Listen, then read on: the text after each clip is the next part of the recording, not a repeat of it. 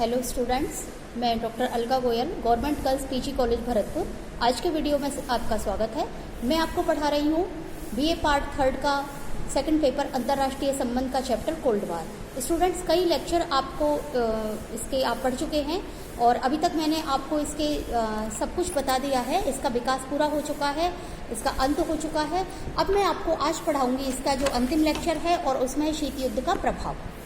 Students, आपने जैसा कि पढ़ा कि शीत युद्ध में पूरे 45 साल तक पूरा विश्व जो है वो दो भागों में बटा रहा। तो सबसे पहला प्रभाव इसका ये पड़ा कि पूरा विश्व जो है वो उसमें ग्रुपिंग हो गई, दो ग्रुप बन गए, एक सोवियत संघ परक देशों का और एक अमेरिका यूएसए के जो परक देश हैं यानी पूंजीवादी देशों का। और दोनों ही जो है वो एक दूसरे में बहुत खींचतान होती रही, आपस में मनों का युद्ध होता रहा इस बीच में। तो पूरा विश्व जो है वो दो गुटों में विभाजित हो गया था। दूसरा जो इसका प्रभाव पड़ा था वो ये कि आतंक और अविश्वास जो है वो पूरे विश्व में हो गया था। मतलब लोगों देश जो है ये था कि कोई किसी पर विश्वास नहीं करता था और ऐसा लगता था कि पता नहीं कब कौन सा कारण ऐसा हो जाए कि जिससे ये जो शीत युद्ध है ये शस्त्र युद्ध में, ये विश्व युद्ध में परिणत हो जाए। तो बहुत ही जो है भयानक स्थिति पूरे विश्व की इस समय हो गई थी।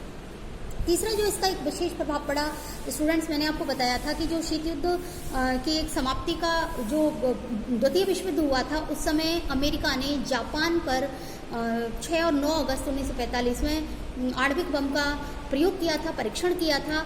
और उसके बाद में एक प्रतिस्पर्धा शुरू हो गई और विशेषकर शीत युद्ध में तो एक प्रतिस्पर्धा बहुत ज़्यादा हो गई कि जो देश थे वो ये सोचने लगे कि हमारे पास ज़्यादा से ज़्यादा आणविक हथियार हो जाएं, कितने हम विश्व में शक्तिशाली बन जाएं।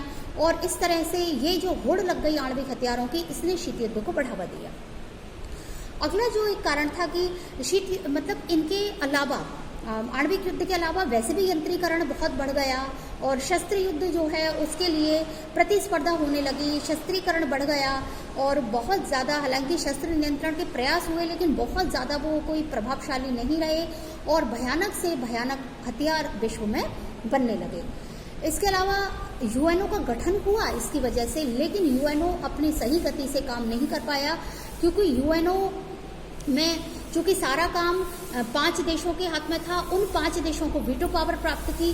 तो कोई भी यदि फैसला होता था तो वो 5 देशों में से कोई ना कोई वीटो का इस्तेमाल कर देता था और जिसकी वजह से जो विश्व में कोई भी घटना होती थी वो घटना अपनी चरम परिणति पर, ये कहें कि हम उसका कोई परिणाम नहीं निकला और वो जो घटना थी वो शीत युद्ध के दायरे में आ जाती थी। तो यूएनओ इसमें कोई काम नहीं कर पाया, सुरक्षा परिषद पूरी तरह से पंगु हो गई, यूएनओ को लकवा लग गया, ये हम कह सकते हैं। क्योंकि जो घटनाएं थी वो वहाँ जाकर और उलझ जाती, जैसे हमने हमारी कश्मीर समस्या थी यूएनओ में हम ले गए, अब वो उलझी पड़ी है। मतलब वहाँ पर कोई समस्या ये है कि अपने अच्छे उस पर नहीं पहुँची, परिणति पर नहीं पहुँची।